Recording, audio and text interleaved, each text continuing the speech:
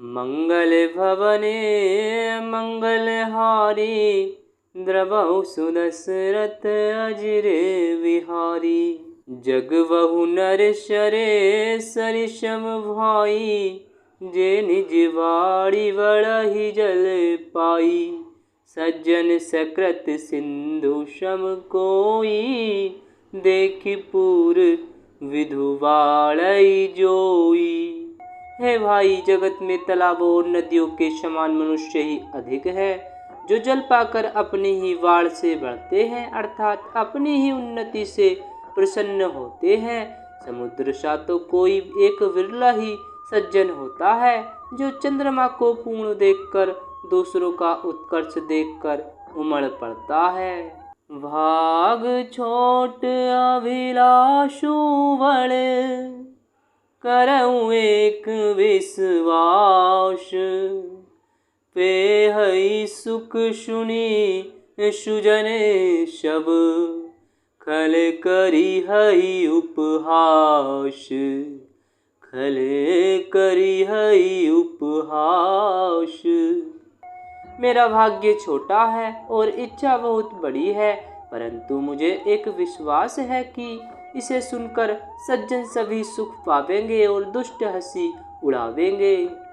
खल परिहास होई हित मोरा, काक कहे कल कंठ कठोरा। हसही बकदादुर चातकही, हसही मलिन खल विमल बतकही। किंतु दुष्टों के हंसने से मेरा हित ही होगा। मधुर कंठ वाली कोयल को कोए तो कठोर ही कहा करते हैं, जैसे बगुले हंस को और मेंढक पपीहे को हंसते हैं, वैसे ही मलिन मन वाले दुष्ट निर्मल वाणी को हंसते हैं। कवित रसिक न राम पद नेहू, तिन कह सुखद हास रस एहू। भाषा वनिति भोरी मति मोरी, हंसिवे जो हंसे नहीं खोरी। जो न तो कविता के रसिक हैं और न जिनका श्री रामचंद्र जी के चरणों में प्रेम है, उनके लिए भी यह कविता सुखद हास्य रस का काम देगी। प्रथम तो यह भाषा की रचना है, दूसरे मेरी बुद्धि भोली है, इससे यह हंसने के योग्य ही है। हंसने में उन्हें कोई दोष नहीं।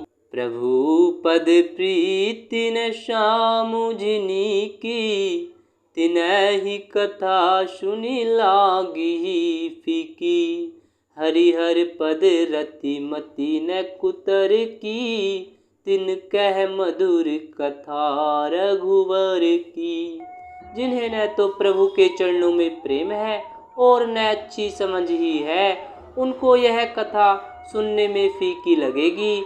जिनकी श्री हरि भगवान विष्णु और श्री हर भगवान शिव के चरणों में प्रीति है और जिनकी बुद्धि कुतर्क करने वाली नहीं है, जो श्री हरि हर में भेद की या ऊंच नीच की कल्पना नहीं करते, उन्हें श्री रघुनाथ जी की यह कथा मीठी लगेगी। बड़े गर्व से मेघनाथ ने लक्ष्मण पर ब्रह्मास्त्र चलाया। अति विनम्र होकर लक्ष्मण ने, तब ब्रह्मास्त्र को शीश झुकाया। जा लक्ष्मण के निकट शस्त्र वह, बिना प्रभाव किए लौटाया। क्या रहस्य ये कैसी माया, इंद्रजीत कुछ समझ न पाया। राम भगति भूषित जिय जानी, सुनी हहि सुजन सराही सुबानी। कवि न होऊँ नहीं वचन प्रवीणु, सकल कला सब विद्याहीनु। सज्जनगण इस कथा को अपने जी में श्री राम जी की भक्ति से भूषित जानकर सुंदर वाणी से सराहना करते हुए सुनेंगे। मैं न तो कवि हूँ न वाक्य रचना में ही कुशल हूँ, मैं तो सब कलाओं तथा सब विद्याओं से रहित हूँ। आकर अरत अलंकृति नाना, छंद प्रबंध अनेक विधाना, भाव भेद रस भेद अपारा, कवित दोष गुण विविध प्रकारा। नाना प्रकार के अक्षर, अर्थ और अलंकार, अनेक प्रकार की छंद रचना, भावों और रसों के अपार भेद और कविता के भांति भांति के गुण दोष होते हैं। कवित विवेक एक नहीं मोरे, सत्य कहूँ लिखि कागद कोरे। इनमें से काव्य संबंधी एक भी बात का ज्ञान मुझ में नहीं है। यह मैं कोरे कागज पर लिखकर शपथ पूर्वक सत्य सत्य कहता हूँ। वनिति मोरी सब गुण रहित, विश्व विदित गुण एक। सो विचारी सुनी हई सुमति, जिनके विमल विवेक, जिनके विमल विवेक। मेरी रचना सब गुणों से रहित है। इसमें बस जगत प्रसिद्ध एक गुण है, उसे विचार कर अच्छी बुद्धि वाले पुरुष जिनके निर्मल ज्ञान है इसको सुनेंगे। यही मैं रघुपति नाम उदारा, अति पावन पुराण श्रुति सारा। मंगल भवन मंगल हारी, उमा सहित जेहि जपत पुरारी। इसमें श्री रघुनाथ जी का उदार नाम है जो अत्यंत पवित्र है, वेद पुराणों का सार है, कल्याण का भवन है और अमंगलों को हरने वाला है, जिसे पार्वती जी सहित भगवान शिव जी सदा जपा करते हैं। वनीति विचित्र सुख विकृत जोऊ, राम नाम बिनु सोहु न सोऊ।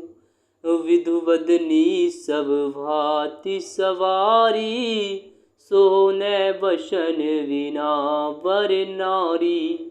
जो अच्छे कवि के द्वारा रची हुई बड़ी अनूठी कविता है, वह भी राम नाम के बिना शोभा नहीं पाती। जैसे चंद्रमा के समान मुख वाली सुंदर स्त्री सब प्रकार से सुसज्जित होने पर भी वस्त्र के बिना शोभा नहीं देती। सब गुण रहित कुकविकृत वाणी, राम नाम जस अंकित जानी। सादर कहि सुनहि बुध ताही, मधुकर सरिस संत गुण ग्राही। इसके विपरीत कुकवि की रची हुई सब गुणों से रहित कविता को भी राम के नाम एवं यश से अंकित जानकर बुद्धिमान लोग आदर पूर्वक कहते और सुनते हैं, क्योंकि संतजन भौरे की भांति गुण ही को ग्रहण करने वाले होते हैं।